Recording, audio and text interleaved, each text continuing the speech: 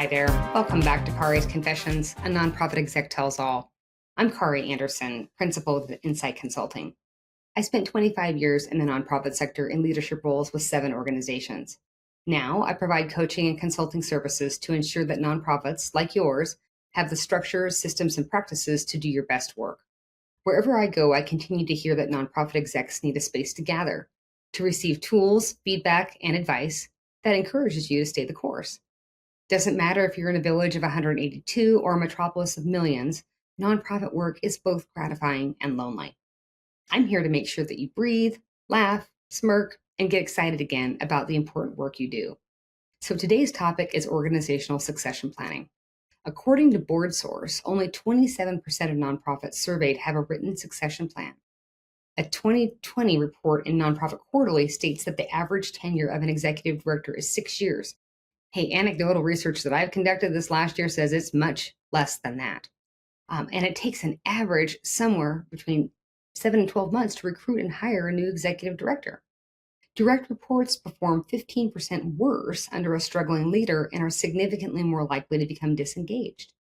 According to the Center for American Progress, for jobs that pay less than $50,000 a year, way too many jobs in the nonprofit sector, and 75% of the American workforce, it costs 20% of a position's annual salary to fill those vacancies. The Society for Human Resource Management reports that the voluntary turnover rate for nonprofit organizations is 19%. This is higher than the industry average of the overall labor market, which is 12%.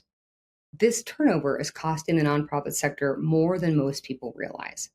So, 3 takeaways to take note of during today's podcast. 1, why succession planning matters. 2, barriers to succession planning and how you can overcome them. And 3, how to actually build a succession plan for your organizations. So why does succession planning matter? The stats that I referenced speak to the importance of planning for transitions in leadership. People, we all leave, whether it is an executive director, whether it is a board chair, we all leave our role. Sidebar, terms and term limits are a thing for boards, right? And eventually executive directors will leave their position. As we have this discussion today, I want you to take a broad approach to succession planning. Oftentimes we think of succession planning just in terms of our executive director position. And it's true that that's incredibly important to have a well thought out plan for a change in your top staff leadership. But what happens when you have board chair leave? And again, you will. They have a term, right, as an officer. What happens if you've got a top program director or another key leadership position with your organization? Succession planning is valuable in these cases too. It's going to look different and it may not be as in depth, but it has its place and its importance. Along those same lines, don't think about a succession plan as just being there to fill a position if someone leaves. Think of it as an ongoing plan to develop talent and build a pool of qualified applicants. Let me also say, succession planning is like all of our other nonprofit plans in that it's only effective when it's a working document that has buy-in from the team. So, like your strategic plan, like your fund development plan, it must be something that's kept up to date, edited, reviewed at board meetings, and created with the intent of it not sitting in a file and referenced only when a leadership change is happening. So, let's talk about the benefits of succession planning. It protects and maintains your capacity to fulfill your mission during transitions. It allows you to build trust and confidence, to continue ongoing meaningful relationships with partners, funders, and donors. It also encourages developing leadership and talent within your organization. The work to create a succession plan shows a commitment to investing in your team and prioritizing professional development. This culture is one that helps employees to feel valued, motivated, and engaged. A succession plan supports visionary thinking by encouraging your team to think about the skills, talents, and experiences needed by future leaders to carry out your mission. It's an investment in your sustainability. Your board of directors has a fiduciary responsibility to make intentional and informed decisions related to the longevity and sustainability of your organization. Succession planning is an important component of that. Succession planning builds confidence amongst your team during transitions. Change is hard, especially unexpected change. A plan in place allows people to know their role and continue operating without a major lag in service and ongoing operations. So we know succession is valuable. Often we run into barriers to succession planning. So why are so many people not doing it? Succession planning is one of those things that's easy to keep moving around on your to-do list, pushing it off to the next quarter. We understand it's important, but it may not feel like an immediate need. So we toss it aside to address the urgent thing in front of us. It's hard to really dig in and think about the future.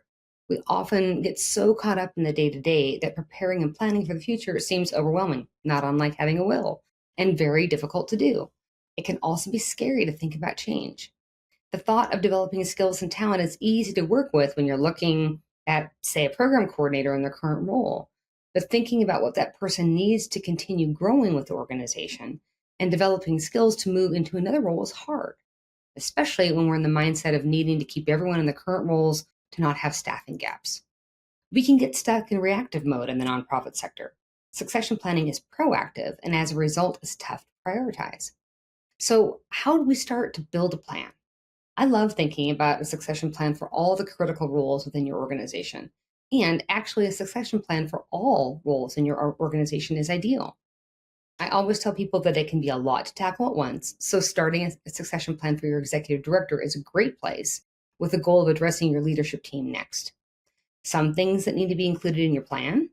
Think about the various scenarios of needing a succession plan and create space within your plan to address them, including an emergency plan should you be faced with an unexpected change in leadership.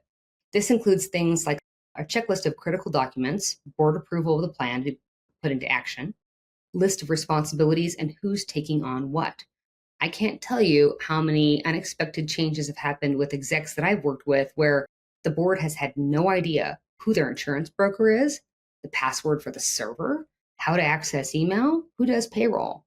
Those are critical importance of an emergency plan. You would want in a succession plan to have steps for a planned departure. That could be the retirement of a long-time executive director. What does the transition period need to look like? Building an ongoing pool of talent to proactively support any changes in leadership. Think about what your future leadership team looks like. What skills are needed? What positions are included? What skills align with your long-term priorities? A job description for the role as it stands today and thoughts about where it is headed for the future. But keep in mind, this job description is not going to be the job description of the future. A plan for the recruitment process and who's involved. Your board governance committee, maybe your nominating committee. Include what skills you're looking for, qualifications, and experiences, including a plan to recruit both internal and external candidates. An onboarding plan to set the new hire up for success. What training and support is needed within the first 90 days? Who is accountable for supervision, communication, and support? So part of a succession plan is creating a pool of talent. All employees, whether you've got an employee of, or employee group of 2 or an employee group of 20, should have a development plan. When you're working on these plans, identify opportunities for growth and for the employee to learn new skills. Ask about their interests within your organization and their career goals. This discovery conversation can be so informative, and it demonstrates to your employees that you see them and that they're valued. This feedback can be used as you're creating your succession plan. What does your internal pool of candidates look like? Who is ready and or could be ready? What's the timeline? Provide intentional cross-training experiences. This becomes so valuable during transitions. I was at a nonprofit years ago that allowed employees to shadow another department for an afternoon. We were a fairly large organization, so there were multiple departments. There was a program staff person who shadowed a communications person one afternoon. Turned out the program staff had a passion for writing and design. She eventually went on to become the director of communications. Without the shadowing, she may have just moved on to another nonprofit or for-profit to pursue her passion. But it was a step to discovery and then cultivation of her talents within the organization that kept her engaged and motivated. Listen to your community, to the people you're serving, and prioritize the development of the skills, knowledge, and people that reflect the needs and goals of your community. Be aware of the importance of creating an inclusive, diverse team. Create awareness in your community about your organization by attending community events, connecting with partners that could be a recruitment source, such as local colleges and high schools. Create an entry to your work through volunteerism. Communicate with board directors and other volunteers regularly. Board directors and volunteers are some of your best advocates, or at least they should be. Express gratitude for their work, and similarly to your staff, have conversations about their personal goals related to your work. You may have a new and energetic board director who sees themselves being a chair of the board a few years down the road, or a volunteer who eventually may want to work for your organization. Provide ongoing training opportunities for your board. It never fails that when I'm working with a client who feels that their board of directors isn't performing, the issue most times boils down to them not having an understanding of what is expected of them and not being given the training and tools to be successful. Train your board in fundraising, fiduciary responsibilities, leadership. You can make these easy lunch and learn sessions or pick a topic and do a brief training at a board meeting. Create a culture that employees, volunteers, and board directors feel comfortable sharing their goals and aspirations. So I've got some recruitment and retention strategies for success as well when we're thinking about succession planning. Creating a recruitment plan for your board, staff, and volunteers is critical for every organization. Each plan is obviously a bit different, but will include the identification of gaps and skills to fill them, thinking about who your community partners are that can help with this work, what relationships you've built that could be a possible outlet for recruitment, setting goals and action items around recruitment, including things like a timeline and who's responsible, thinking about your audience and your messaging. What's the story you want to tell about your organization? Why does your work matter? What's it like to work or volunteer for your organization? Identifying your communication channels for sharing your messaging around open roles, including external and internal communication. Messaging is an important component during transition. Ensuring you have the time to develop a plan ensures that when the time comes, you're prepared to communicate in a way that continues to build trust amongst your team and your supporters. Of course, we've got to have metrics, right? How are you going to measure success in succession planning? We use feedback from current staff about your organizational culture, benefits, and opportunities for growth. And we want to create a strong onboarding plan for staff, volunteers, and board directors. You don't stand a chance at retention if people aren't set up for success.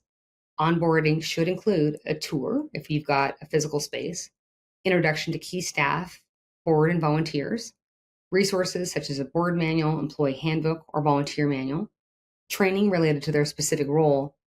And think about onboarding as the ultimate welcome.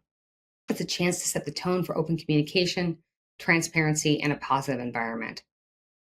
According to a 2022 Social Impact Talent Retention Survey by Nonprofit HR, only 21% of organizations who participated had a formal retention strategy. A written retention plan helps to ensure that you're being intentional and aware of retaining talented staff. When I worked for the American Heart Association, I actually had employee retention as one of my core 5 core responsibilities.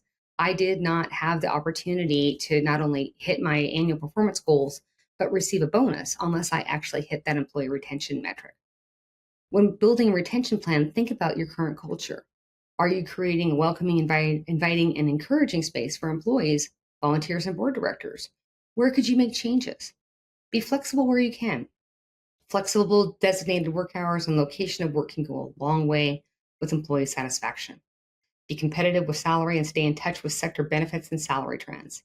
Most state nonprofit associations conduct an annual salary and benefits survey. Your board, and specifically your board executive committee, should be using that data to set an executive compensation policy. What benefits do you provide to employees? This can go beyond traditional. Think perks like partnering with an organization you work with to provide yoga or mindfulness classes to help with work-life balance. How often are you checking in with board directors, volunteers, and staff? A simple phone call or coffee break goes a long way. By keeping the lines of communication open, you can proactively address challenges before they become a problem. Show appreciation. Get creative around the ways you recognize employees, volunteers, and board directors. Address burnout openly and provide tools to help with time management and work-life balance. 60% of nonprofit leaders reported feeling used up at the end of a workday, according to DDI World Global Leadership Forecast for 2021. Ensure that every employee has a professional development plan and feels like their goals and aspirations are heard, and that they have a plan within your organization for growth and development. So as we're signing off for today, remember our 3 takeaways. Why succession planning matters. This is often the biggest hurdle for organizations to overcome. Current barriers to succession planning at your organization and what you can do to address that, and actually building succession plans, which include retention plans. Make sure to follow me on your favorite streaming platforms, including YouTube, Apple, and Spotify. For additional resources and tools, follow me on Facebook, Instagram, and LinkedIn. You can also check out my website at inciteconsultinggroup.com. Thanks for joining me this week. Take care.